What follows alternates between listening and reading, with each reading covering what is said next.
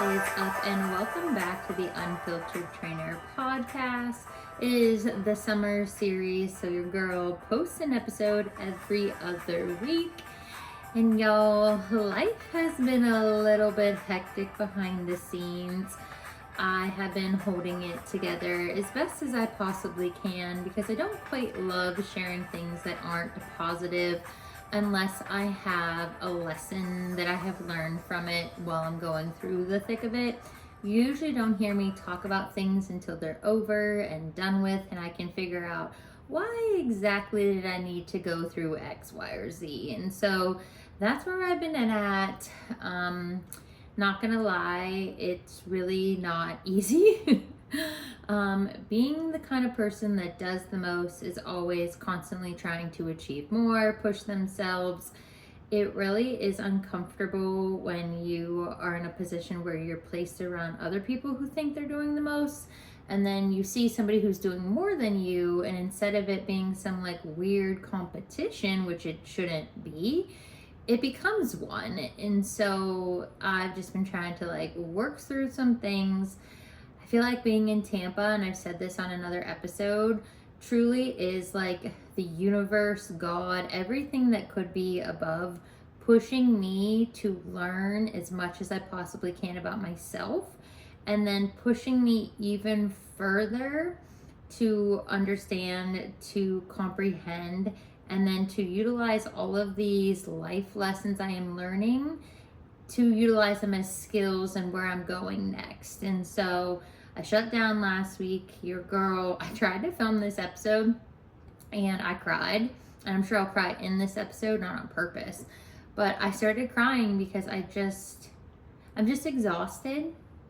I'm just having a hard time, and I'm so sick and tired of being judged by people instead of just people having conversations with me and then having to hear things are said about me. Like, I'm just really freaking over it at this point, and I just don't know what to do with my life. And so I've just been battling myself in my head as to, I know that I do as much as I do and I try the way I try because I know that if I'm doing a good job, it'll make everybody else's lives easier, and that personally, if I put my name on something, there's no way in hell I'm putting my name on anything that is not like well thought out and executed to a T. And so I don't know, like the last 2 weeks, like 2 weeks ago I was doing fine, and then last week it was just like an avalanche, and it very much was giving 2023 vibes again. And I'm not going to go through 2023 again. Like, I will not. I don't think I could survive it. And it's all feeling like a bit too much again. And so I add all of that on top of, we are 4 weeks away from my year anniversary of acquiring a traumatic brain injury in a car accident. And because I'm not as far as I wanted to be at this point, which is no fault of my own, and one day I'll make that episode and we'll do a video episode, because I feel like there's so much I haven't been able to speak on. And when you hear the course of the events that happened with my accident and how botched the care was, it's going to shock you, and it'll probably frustrate you, because it's a big reason why I've not made as much progress as I should have, and why I'm probably going to have issues for the rest of my life. And I'm coming to terms with that right now. And you add on with what we're going to talk about in today's episode, which is my life, my longest relationship in my life, and what exactly happened 9 years ago that completely destroyed every semblance of happiness, security. Everything was gone. And so 9 years ago, I had actually moved to Florida the first time. So if you do not know this, I actually have lived in Florida before. And I was a traveling therapist at the time. And so I was just dealing with my own issues, trying to heal from heartbreak. And every time I would go home, I would get asked about this particular person. And I was so sick and tired of having to endure these conversations about this person. Like, I couldn't heal if I couldn't be whole on my own, and I knew that. And so, as much as I was sick of being a traveler in the areas I was traveling in the Northeast, I knew I couldn't go home. Moving home was not an option. So I was like, all right, where is one place that you have found happiness? And that was the ocean. I literally have a wave tattooed because my favorite quote is, it truly comes down to, in the waves of change, you find your truest direction. That is my favorite quote. That is like what I live my life by. And so when things are getting hard or heavy, or you feel like you're drowning, as I like to say, that is when you do find your truest direction. Because if you're drowning, those things don't serve you, and it's time to figure out where you're meant to go. And so 9 years ago, I packed up my little car and I drove my ass to Florida. First, I went to St. Augustine. It took like a week off. It's so funny thinking that, like, looking back on it, like, I was so naive and so cute and just so clueless about what was happening in my life. But my contract was having issues. Like, they were trying to negotiate it. Florida's funny. So it was not going well. The negotiations were taking longer than expected. And so I made the decision to just go. I wanted a vacation anyways, and I was going by myself, so might as well drive. So I had a car. Spent some time in St. Augustine, and then I knew I was going over to Destin, and friends happened to be in that area too. So it ended up working out great. And so I took like 10 days off, which, if you know me, you know I don't do. I've only taken one extended vacation in my life before this period of time we're going to talk about, between my first and second degree, and it took me a year to save up for that trip. Like, your girl does not have the funds, did not come from a world where people gave me European vacation or, you know, handed me trips as celebratory like packages. Like, if I went anywhere, it's because I had to work for it. And so I went on this trip, and about halfway through the Destin phase, it's pretty clear that things were going to take probably longer than expected. And so when my friends left and I was just by myself, and I was like, what are you doing? Like, what are you going to do with your life right now? Like, you're bored as shit. Like, you have no friends here. Like, it could take, they said, a couple more weeks to figure out. And so what I ended up doing was I actually went to Mississippi. And so I went to visit a friend. She was living in Mississippi with her then fiance, now husband. And so we were like, okay, like, glorified sleepover. He was in the military. He wasn't home anyways. She was by herself. So we're like, this is great. Gina, just come stay. Like, perfect. And we were all going to a health and wellness conference that summer anyways. And so it was a few weeks after this whole Florida situation. And so we're like, all right, like, I have no plans with my life. I was so honestly burnt out, because that was like the phase of my life where I was like really working long hours in just healthcare. It was before I really, like, I'd started my training business, like, had started teaching group fitness, but like wasn't fully ingrained in it like I am now, where it could have been like a full-time job. And so I was doing all of these things, plus working full-time, plus working PRN. Your girl was burnt out. And so I'm staying with her. We're having a great time. She's working. I'm just like hanging out all day. Like, it's so comical to think about when you think about it now. But towards the end of that time I was spending with her, we were getting ready to go to this conference. And I remember telling her that I thought that I should drive myself, because it was in Nashville. So here's Mississippi if you're watching this video. Here's Nashville. Here's Gina's hometown over here. And she was like, why? Like, I was like, I can't shake this feeling I have. This is before I understood what intuition really was. I said, but I think I need to drive myself. I think I should go home after this trip. And they're like, oh, like, no, just like, we're all gonna go together. It'll be fun. Like, when you come back, we can help you figure things out. Like, don't stress about it. Like, I feel like you're just like worried because you have no stability. Well, friends, fast forward to, we're having a very fun time. This is where I found my love of the Candy Kitchen. If you have ever been to Nashville and you haven't gone to the Candy Kitchen, down there on Broadway, like, y'all, I should work for them. I love them so much. And we're at this trip, and I get a call from my dad, and my dad knows where I am. So I already know, like, red flags, like, my ears are up. Like, my dad's calling me. Something's up.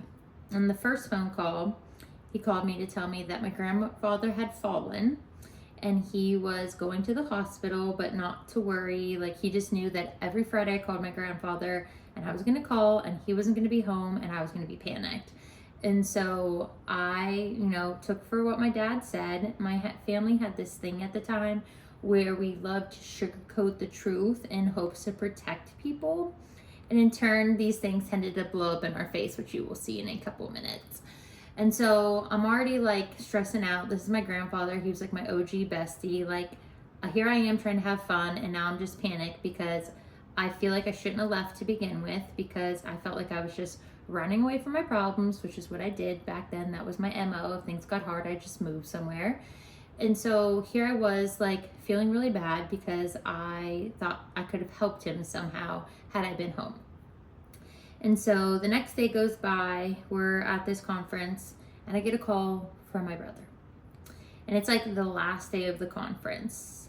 And I'll probably never be able to forget the tone in my brother's voice, because I had never heard him speak like that. And I could tell he was crying.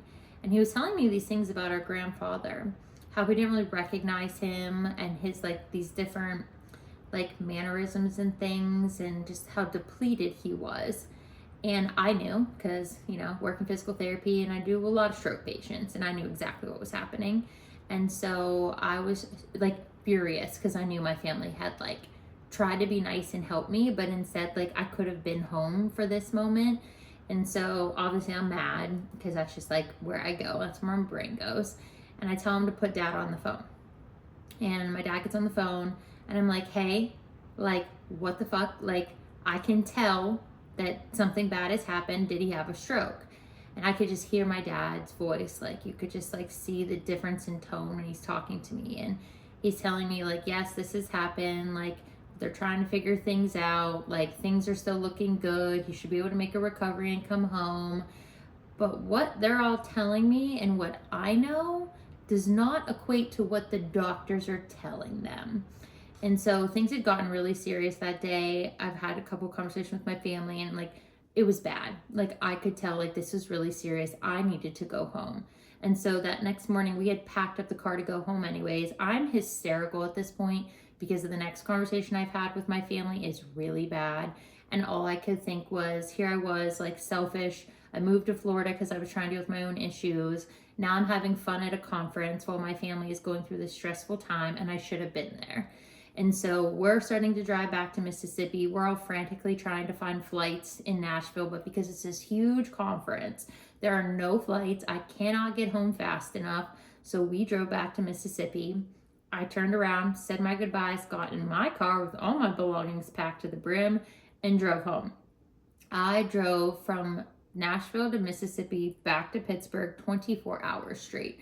This is where I literally blame my Starbucks addiction on, because I literally only stopped for gas and to go to the bathroom. Like, didn't stop to sleep. Like, I was gunning it, because I knew time was everything, and I was not going to be there to not say goodbye to this man.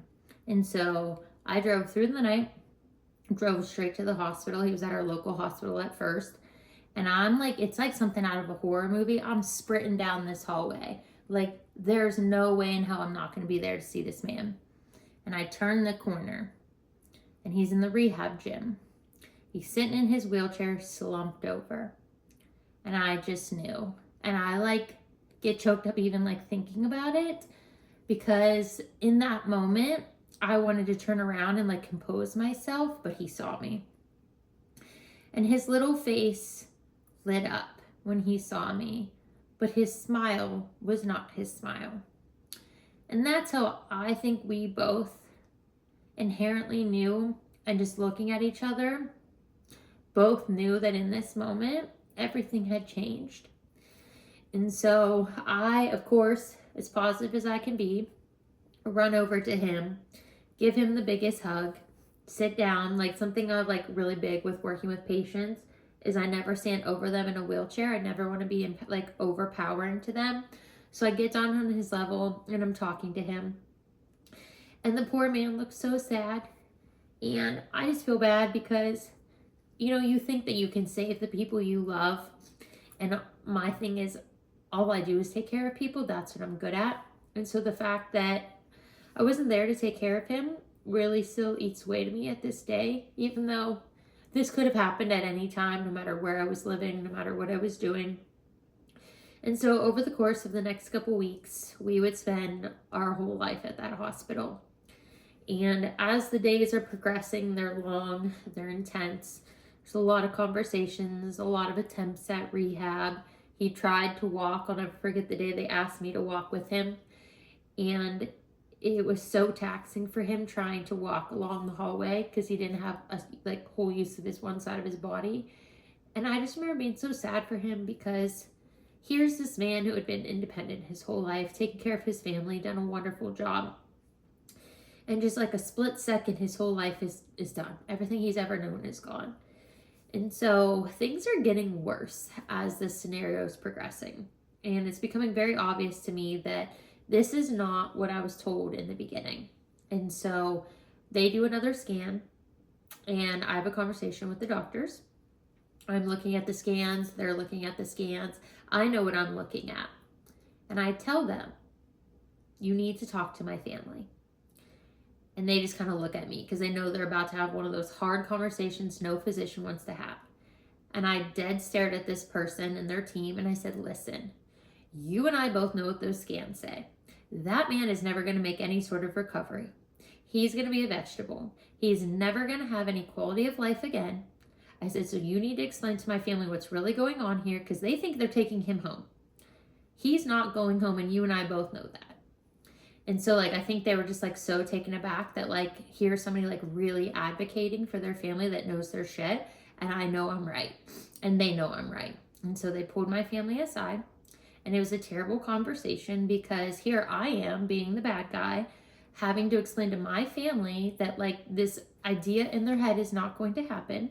This man is not going to be the person we knew him to be, and that he's suffering now, and we need to allow him to be comfortable and to end his suffering. And so it was not pleasant. I felt like a terrible human being, but you have to advocate for your family. And if you can alleviate their suffering, you should. And so we had some conversations and we made sure he was comfortable. And then over the course of some time, during this whole time that this is happening, I had to acquire a new travel job. And so I had moved back to Baltimore, went on a weekend super quick, dropped my stuff off, started my new job, came right back. And I had told my boss at the time, everything that was going on. So she understood that at some point I was going to have to go home and I was going to have to be there to support my family. And she was amazing. And so I go home and I go back to Baltimore, do what I need to do.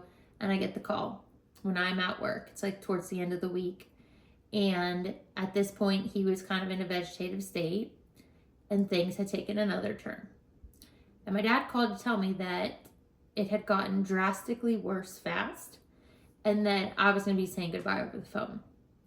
And that crushed me. And I literally couldn't speak because this is not how I envisioned any of this happening. Not with my family, not there to support them again. I'm just feeling like a terrible human being for the second time in this scenario now. And so I was with a patient. I'm losing it. I'm trying not to lose myself in front of this patient. And I just tell my boss, I gotta go. This is happening. He's gonna pass away.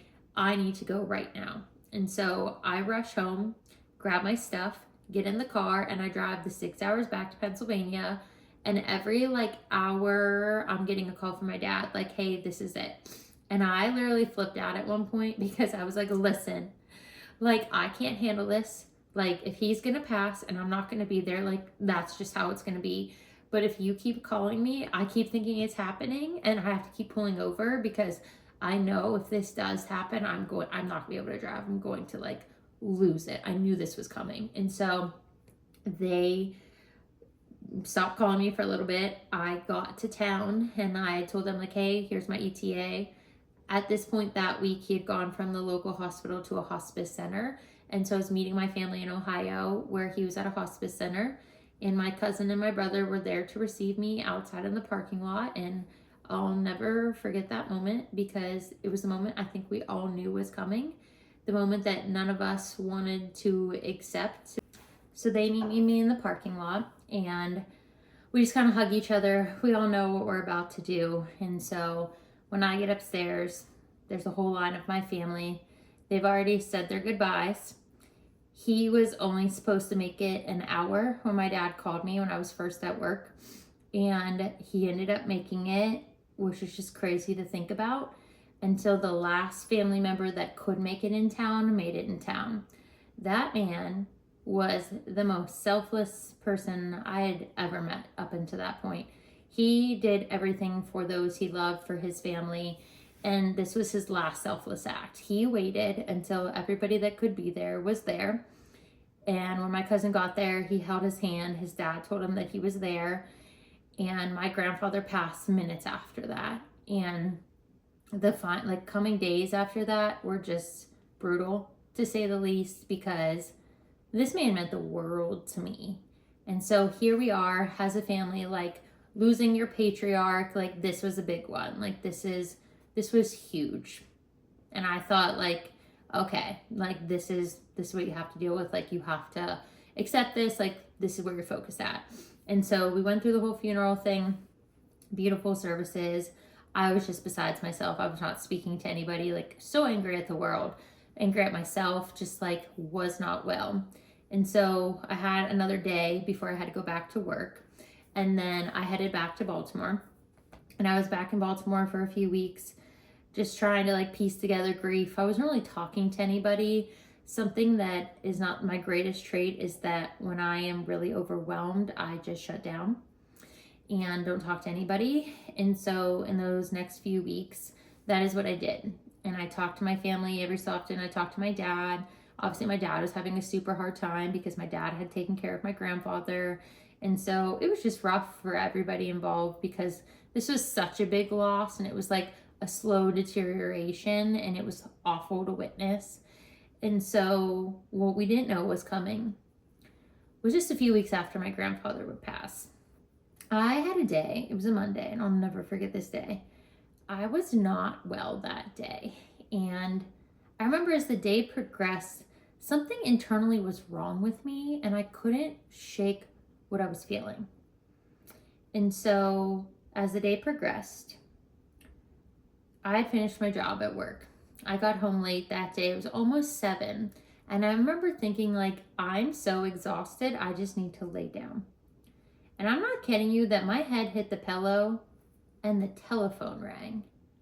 And this time I'm looking at my phone and it's the police. And I pick it up, like confused as all get out, why the police are now calling me. And they tell me that, hey, it's so-and-so. I am standing in your father's house, and I'm sorry to tell you this, but your father has passed away. And I was so confused because, hello, already grieving party of one over here. And the police officer knew who I was because this person I was trying to actively get over was one of his best friends. So when they got called to my father's house and they saw my father, around my father in the position he was in the living room were photos of his family, obviously including me. So they knew exactly who this was. They already knew it walking in, but that just further confirmed that they were in the right house. And so obviously I'm in a state of shock. This is not one of my better moments, and I have since apologized to this man. But I did curse him out. I told him he didn't have an effing clue what he was talking about because my grandfather had just passed away, and that was not my father. Like, my grandfather had just passed. And he, was very kind. They must have good training in these moments when people are losing their shit. And he said, Gina, like, I'm really so sorry to tell you this, but this is your dad. Like, we were standing in your house. I'm staring at a picture of you. Like, I know, like, this person said you're still out of state working. He was like, who can we call? Somebody needs to identify your father. And here I am thinking, like, wait a minute. Now I have to go call my already grieving family and tell them that my father has literally, like, unexpectedly passed away, and that somebody needs to confirm that he's passed. Like, I felt awful in that moment. And so I called my aunt and uncle. I'll never forget her voice. It still rings in my head to this day. And her and my uncle, and I don't know how my uncle did this, but her and my uncle got to my father's house so fast that I don't even need to know the speed involved, because it was within minutes, because I was just sitting on my couch in my apartment in Baltimore, like hoping like this was somehow not what was happening right now, waiting for their phone call. as soon as they confirmed what they confirmed, I just collapsed to my knees and lost my shit.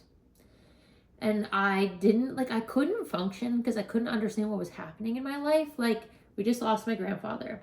Now my father has unexpectedly passed away. My family is still grieving.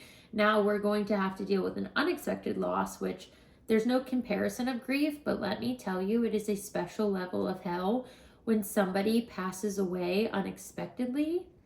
And especially, like, my dad was like young in the sense, like, his kids were like, my brother was still in school at this time. And so once they confirmed what they confirmed, I didn't even pack a bag.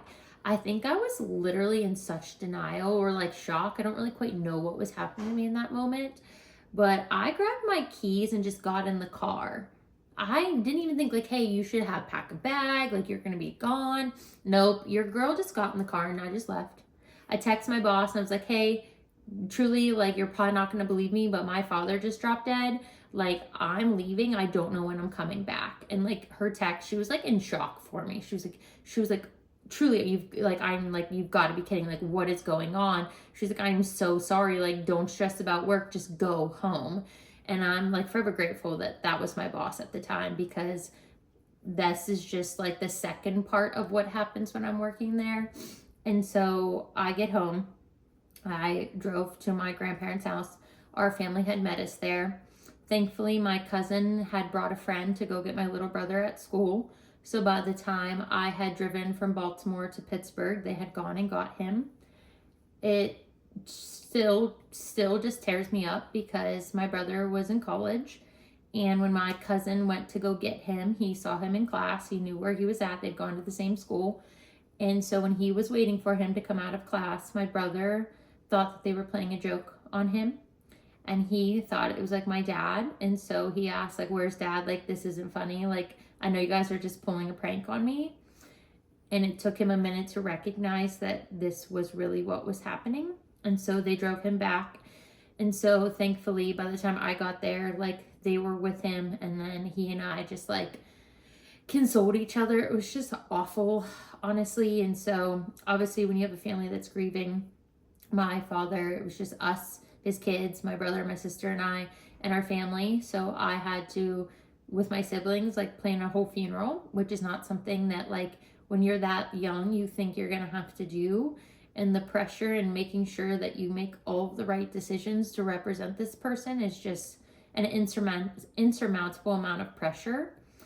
And so we go through those calling hours. Those calling hours were even harder than our grandfather's. Even more people showed up because I think our small town was just in shock that this family was just like being obliterated. And so I learned a lot about my father that day. I learned we were very similar people. And I learned that we also have the type of personality and behaviors that will literally give the shirt off our back. And we always have the best intentions, but the outcomes can be questionable. And it was in that day that I felt really sad that I had learned more about my father almost in that his passing than I did in the time we spent together. I had no idea of all these things my father had done for people. Like, it was just endless amounts of people. I almost passed out at one point. It was so many people, and I was like in shock that like so many people kept showing up, and like the line was wrapped around the building. It was just an insane amount of support that I'm so grateful for. And so he passed on a Monday. We dealt with his funeral arrangements that week. That Thursday, my best friend called me. My best friend had been battling triple negative breast cancer already while pregnant. Like, it was just like a terrible phase of my life. And so on that Thursday, she called to tell me that she knew, even though I was going through so much, that I would be livid with her if she held this information for me. And we found out that things had progressed again. And if that chemo regimen that she was just praying for didn't work, that her time would be coming to an end. And so I spent the next coming weeks cleaning out my father's house, going home every single weekend to be with her, just spending as much time as I possibly could with her family and my family, trying to grieve this double loss while also trying to deal with the fact that I was watching my best friend pass away before me. And so my father passed that September, and she would pass the week before Christmas that year.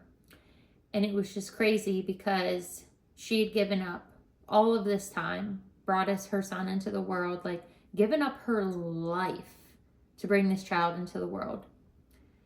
And no matter what, how much love, how much support, she passed. And so again, like clockwork, like that job I was at, maybe it was just like, I don't know, bad karma, but I was at work when I got the call again. And it was happening and I needed to get home. And that day it was a snowstorm. And so I packed my bag. I literally walked out of work a third time. Like, I literally don't know how they didn't just let me go. I think they just felt sorry for me. Packed my bags and I went home because it was Christmas right after. So I knew I was not coming back before Christmas. And so as I'm getting closer to home, which is northwest, I'm in a snowstorm. And myself and another friend of mine, we're going back and forth because we're both like fighting for our lives to get home to say goodbye because we were both away. And so get through the snowstorm, get to the hospital she's at. And it truly is like a horror movie because here you are sprinting through this hallway again. And at the end of the hallway you need to be at is her whole family. And it's those moments when you like, when I caught my family's eye, when I caught her family's eye, that just like, this hell is your life. This is real. Like, this is happening. There's no way around it. This is going down now. And so we said our hellos, just terrible, just, hugging everybody, crying.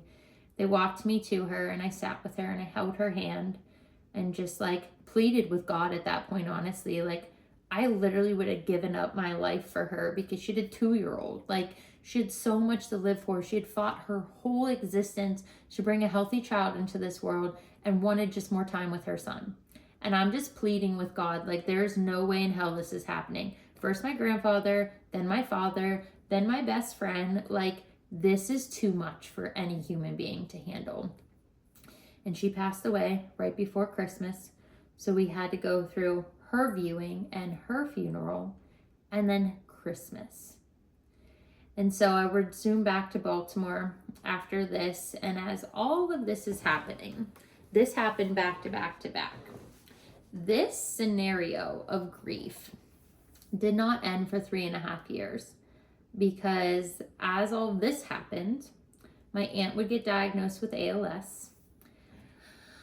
My uncle would get diagnosed with brain cancer. And then towards his time, it was one of my best friends getting married. And it was just, the timing of life is just like comedic and not in a funny way. But in 1 month, I got a call again, but this time I had moved home. So after all of that, when my uncle got brain cancer, I moved home and then ended up living with them at one point to help out. And so I was doing a home health therapy job in my hometown and I get a call. And this time it's from one of my best friends, Alyssa, who asked me where I was. And that's how I knew something was wrong, because she wouldn't call me during work and she wouldn't ask me where I was. And so I told her and she said, you're going to need to pull over. I need to tell you something. And in those coming seconds, I could have never predicted that another one of my very good friends had unexpectedly passed away. And so we have to go through yet another unexpected loss. Then I have to go through trying to recover from that to go to my best friend's wedding, which we almost didn't go to because that was the end of my uncle's battle with brain cancer. And I was so scared that I would not be there when I needed to be there again at a moment that was so important for my family, but he like demanded we go. And he promised me. He said, Gina, I will be here when you get back. I promise you. And in my head, I'm thinking like, my track record is not good. So like, probably gonna have to deal with another loss on your own. We go to the wedding. It was beautiful. Such a wonderful celebration for our friends. And we flew back on Monday. It was Memorial Day weekend.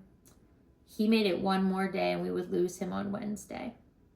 And in the span of 3.5 years, I would lose my grandfather, my father, my best friend, one of my very good friends, my aunt, and my uncle, and another mutual person in my life. I lost 6 people in a matter of 3.5 years. I couldn't handle, even when the phone rang, I would jump out of my skin. It took me years to answer the phone. And even still to this day, if somebody calls me and I'm at work or I don't answer, I get a text message. And it says, hey, don't mean to scare you. Just was calling in to check in, or like, hey, had a question about something, like grandma's iPad or something. They know still to this day I am like literally scarred from that experience. And I say it's my longest relationship because it is the longest amount of time I spent on one thing, because grief literally consumed me. I was a different person. I was like half of a person, to be quite honest. And it took me a long time to get through that, to quite understand why I and my family were just being completely torn apart. Like everything that brought stability was just gone. And I hated for my family going through it with our own father, and then to watch my cousins lose their mother, and then to watch my other cousins lose their father. And it just made me sick to my stomach, because as the fixer, as the person people call when they need something, I couldn't fix this. I couldn't save anybody, no matter how hard I tried, no matter where I moved or what I did. I couldn't save the people I loved, and that ate away for me for a really long time. But as traumatic as that experience was, it really set the tone for me to not play small in my life. And there are 5 key things that I took away from that is really important, and why I kind of wanted to share this podcast, as it is about to be the anniversary of my grandfather's passing, which means that my father's passing is right around the corner, and I usually have to disappear because it's still to this day just like is very difficult to accept. Living a life on your own with no parental support. You're just out here constantly questioning your abilities, what you're doing, where you're going, and just wondering why you have to do it alone. It's really freaking hard being in this scenario, but there's a lot that I have learned. And so the first thing is that healing is a process that you can't rush. And that's why some people are like, it's 9 years ago, why is she bringing this up now? Let me tell you something, that when people tell you that time heals all wounds, they are full of shit. Time does not heal anything. Those people are never coming back. All of our lives are completely different because of what we have been through. We have never been the same, any of us involved in any of these insane scenarios. Time doesn't heal anything. What time does is it forces you to learn to accept or make peace or come to terms what has happened to you or to somebody you love. But in no way, shape, or form does time heal anything. Healing's a process. It ebbs, it flows, it hits you when you least expect it. And I can always tell when I start feeling funny, I just need to check the calendar, because I know that I'm going to be triggered in the most awful of ways in just a matter of a few days. Number 2, you really have to live life to the fullest, as cliche as that sounds, but daily. Everything can change in a second, in a matter of a phone ringing. And just when you think like you're done, you can start making peace, you can start your healing journey, somehow life just comes in and swoops you and just kicks you out, kicks your feet out from underneath you, and a whole other level of hell and pain and torture are added to the mix, and it makes it even harder when you thought you were making just a little bit of progress. And so waiting for the day that you feel like, oh, when I retire or this or that. I say this because my father was one of the hardest working people I have known, and he passed right before his financial life should have been good. His full pension from his job, his full military pension, like this man literally had worked his whole life away. I truly feel he worked himself into an early grave, dealing with everything he was dealing with in his life, that he passed before everything that was owed to him, he was able to obtain. And he never got to enjoy life. He never got to retire. Like, he died early working till his final days.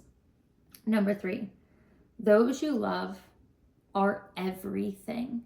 And so now I have learned that no matter how far I am, if there is a special event or a milestone and I can find a way to get there, even if I fly home for a day, which I've done multiple times now in the last 3 years, I will go home. Because had it not been for the people that are still in my life, I would have given up after my dad died, because my depression was at an all-time high and I couldn't see the light.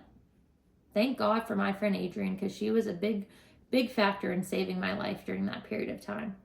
But now these people that are in my life now are so critical to me that I don't care what's going on, I will be there, because I owe them everything for getting me through those 3.5 years.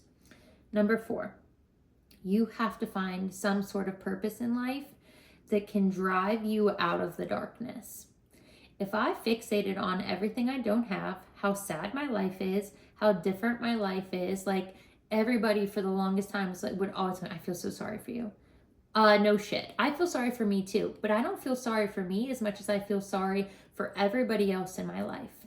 As hard as my life seems, it's 10 times harder for everybody else around me. You're not supposed to bury your children.